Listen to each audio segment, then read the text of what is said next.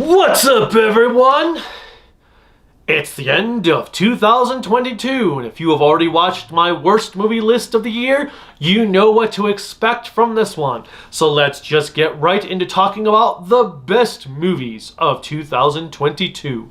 I'm going to start with number 10, the only superhero movie to make the list this year, The Batman. Don't get me wrong, I loved Black Panther Wakanda Forever, but The Batman is better. It was I went into this movie with no expectations. I was kind of like, okay, let's see how another DC movie is going to be.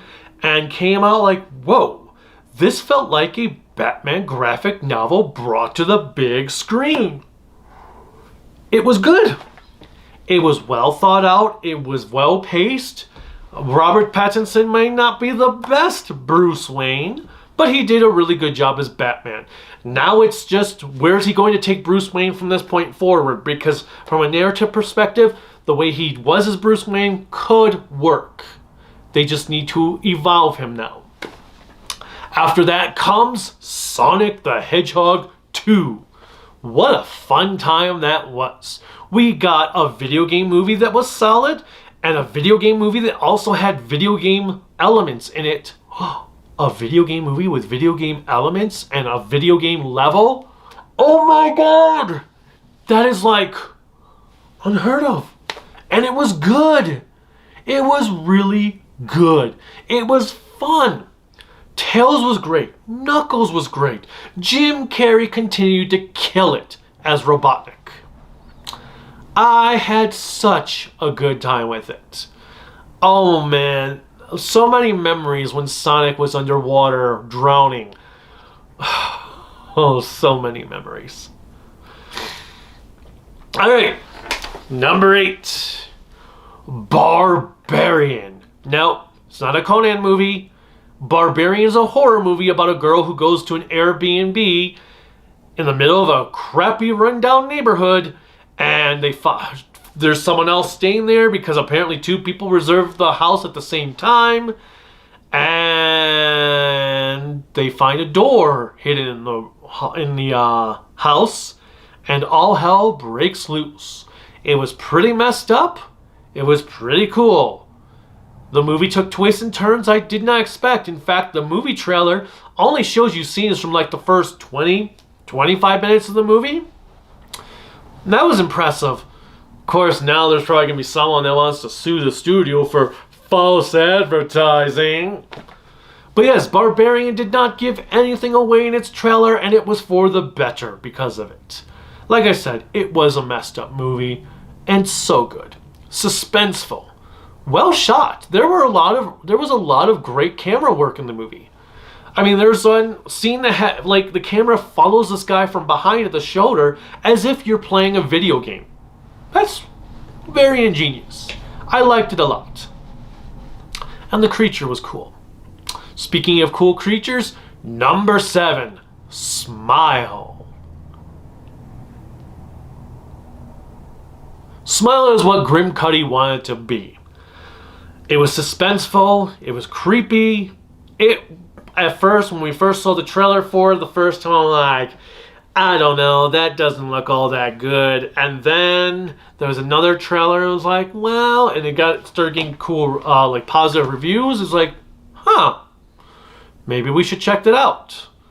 Only we never got the chance to. We just saw it on video, and it was well worth the blind buy. Such a good movie, suspenseful, atmospheric, does not end the way you were expecting it to end, and it's all for the better. After that comes the great multiverse of madness. Everything, everywhere, all at once. Yes, I liked Doctor Strange a lot, but nope. Not worthy of the top 10 for the year. Not even worthy for my honorable mentions. And I liked it, but not that much. Everything, everywhere, all at once took me by surprise. I didn't really know what to expect. I mean, when we first saw the trailer months before it came out, I thought, oh, it's just going to be a movie with some old lady having dementia and going through all these lives that she thinks she had.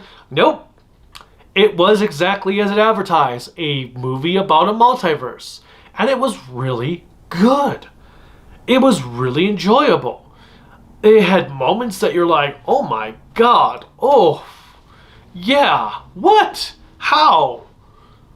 Okay, that's funny. That's what this movie was. It was a good time all around. The action scenes were really cool as well. If you have not seen Everything Everywhere All at Once, definitely check it out. Even though it's only number 6 on my list, it's one of the 2-3 movies I think every person should watch at least once, whether it's your type of movie or not. Which brings me to number 5. Bullet Train. Bullet Train was like No More Heroes the movie. Brad Pitt is an assassin on a train, and it's a lot of fun. It was well paced, the action was stylish, lots of little plot threads going on throughout, lots of character backstories. It really did just feel like a video game on the big screen. That was a bunch of cutscenes to a video game. It was fun. People need more fun. I know the critics hated this movie. I don't know why, because it was fun. It was a good time. Brad Pitt killed it. Get it? Brad Pitt killed it. But yeah, Bullet Train was action-packed. The action scenes were beautifully choreographed. There were pieces in there that was like, huh? Yeah, okay. The funniest moment, though, not like Hero. The guy who played Hero from Heroes is in this movie as a train ticket checker, and he was like the scariest character in the movie. It was a good time. And Brad Pitt was excellent, as he was in my 4th choice, Babylon. Babylon is about the golden age of Hollywood when they're transitioning from silent films to talkies, and the hard parts of going through that, the hard transitions it took to make it, along with all the hypocrisy of Hollywood, the racism of Hollywood, all that jazz. Which is kind of funny because if you've seen the movie, yeah, in joke. This is another movie that I just saw. I kind of want to make a quick review of it because I feel like this movie needs more promotion, needs more exposure. It's bombing in theaters, mostly because it is a 3-hour movie. My theater only showing it 3 times the entire day on one screen the entire time. Meanwhile, Avatar Smurfs of Crap had like 3 to 4 screenings with multiple screenings throughout the entire day. So they wonder why Babylon is failing. Margot Robbie was great. Brad Pitt was fantastic. There is only one part in the movie that I felt didn't work out as well, and that was with Tobey Maguire's character. That whole section could have been cut, and like just one piece of dialogue could have made that whole thing work without that tidbit in the movie. Other than that, it was fantastic. It was so funny at times and so tragic. Every character was fantastic. Every actor did an incredible job. And the soundtrack. This is probably my favorite movie soundtrack of the year. The soundtrack was amazing. This movie is what The Great Gatsby in 2013 should have been. I loved it. The only hard part I have with it is I'm not sure it's a movie that would be as good not on the big screen. That's the one thing I don't know. That's the hard part. However, if you get the chance to see this in theaters, do so. Go watch it right now. I'll wait. I'll wait to finish this video till you watch the movie. Okay, I'm not going to wait around for like the next 3 hours. Well, with travel time and trailers, you're looking at about 4.5, 5 hours. I'm not going to do that. Just go see the movie when you can. It's well worth it. Number 3. This was an interesting horror movie I learned about, I don't know, a month and a half ago. Didn't know existed until then. Borrowed it from the library, and its predecessor slash sequel prequel, or I mean reverse that. This is the prequel, but it's a sequel. Okay, but anyway, I remember seeing trailers for a movie called X back at the beginning of the year about these filmmakers these porn filmmakers who rent out a farm, and then stuff starts happening. This elderly couple's killing them off. It's shot kind of in a grim style, kind of like Texas Chainsaw Massacre. And then there came out a prequel later on. We watched both of them back to back, and I really, really liked X, but I have to say, Pearl was the standout of the two for me. Pearl is the number 3 movie on my list. It's the old lady when she was younger in 1918. They have the Spanish flu going on. World War I is happening. Or at least the remnants to World War I. She's waiting for her husband to return. She's living on the farm with her parents. She wants to be a movie star. And she starts having a mental breakdown over it. The movie is colorful. And I mean colorful.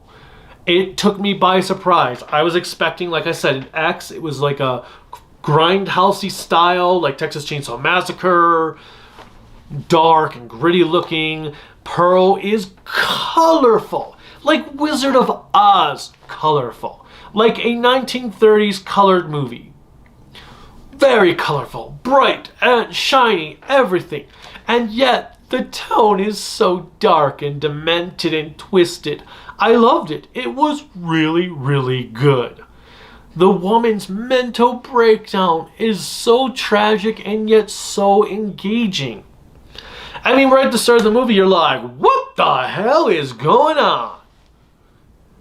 And then the way the movie ends, you're like, what the hell did I just watch? It was a really good time. I'm glad I saw it. And I'm glad I saw X, because X was good too. But, like I said, Pearl edges X out for me. Number 2, another horror movie. This was a good year for horror movies. And that is The Black Phone. Another movie I missed in theaters for various reasons. I was going to blind buy it on 4K, and then Universal was like, nope, we aren't bringing it out in 4K. So I said, okay, I'll just borrow it from the library. And it still was really, really good, but I'm not buying a 2022 movie if it ain't on 4K. Just telling you guys, you know that? Same reason I ain't buying Pearl and X. I'm not buying 2022 movies that aren't in 4K. Okay, but The Black Phone is about a guy who kidnaps a kid. Kid then starts getting calls from a disconnected phone in the basement he's being held prisoner in from the guy's past victims. And they start training him and helping him out on ways to escape. It's from the son of Stephen King, so right there it gets some cred. But it was a really good movie overall. I think it took place in 1970s Denver, Colorado. So it was kind of cool to be like, oh my god, that's here in Colorado? That's interesting. But Ethan Hawke was incredible as the really creepy kidnapper. And his masks were pretty cool. Very suspenseful. Very, very good. Some honorable mentions, because I want to mention some movies that didn't make the list but were really, really close. I actually kind of had 18 contenders for the best movie list. And, well, I already mentioned X because of Pearl.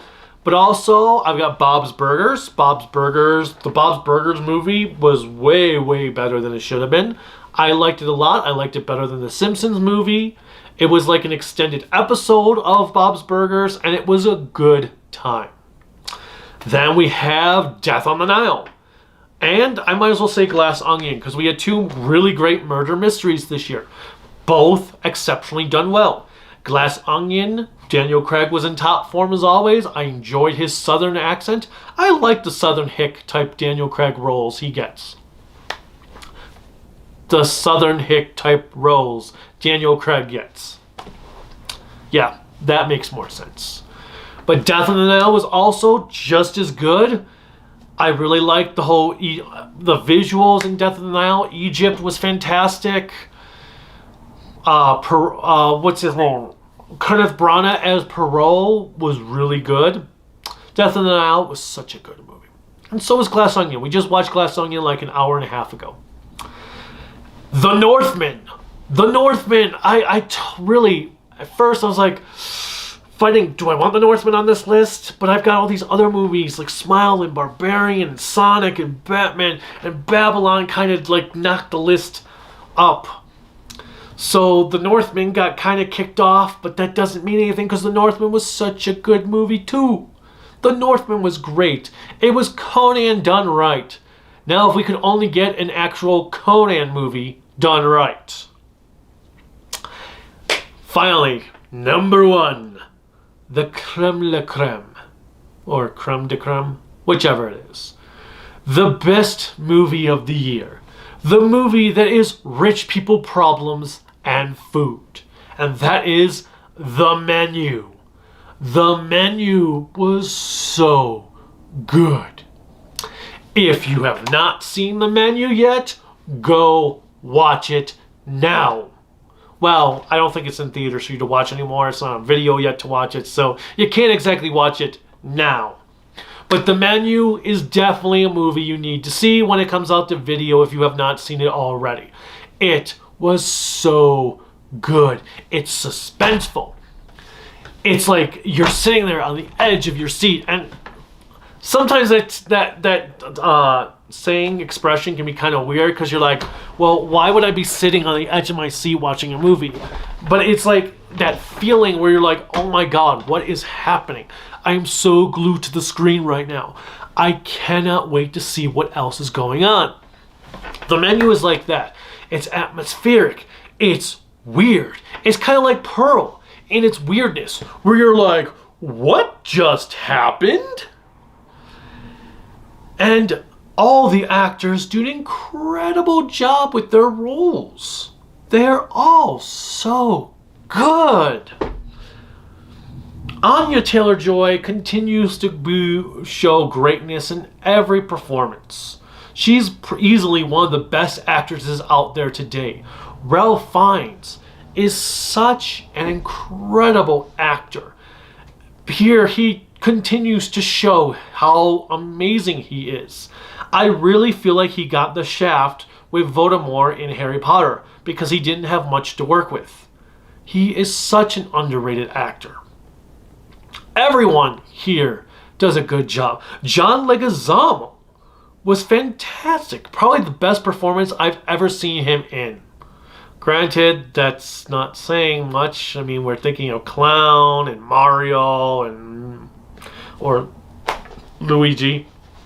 But anyway, The Menu is hands down the best movie of 2022, at least in my book. Might not be in yours. Some of you are probably like, The Menu? Really? That movie sucked. But that's what all our great lists are for. What are your top 10 movies of 2022? Let me know in the comments. Click like, subscribe, the bell notification, whatever else YouTube has you clicking on to support me. You can support me on Patreon at Kaiju no Kami, Facebook, Instagram, Twitter, Discord at Kaiju no Kami, my website creativitybydesignllc.com, and the store is creativitybydesignllc.com/shop. Or you can also get the Kaiju no Kami merchandise at the link below. I hope you guys had a fantastic 2022. Or at least for the movie-going experience. Can't say 2022 was a good year, but at least for movies it was. I didn't see as many movies that I found downright terrible as I had in the last few years. Except Jurassic World Dominion. But, yeah. Alright. Until next time. Bye.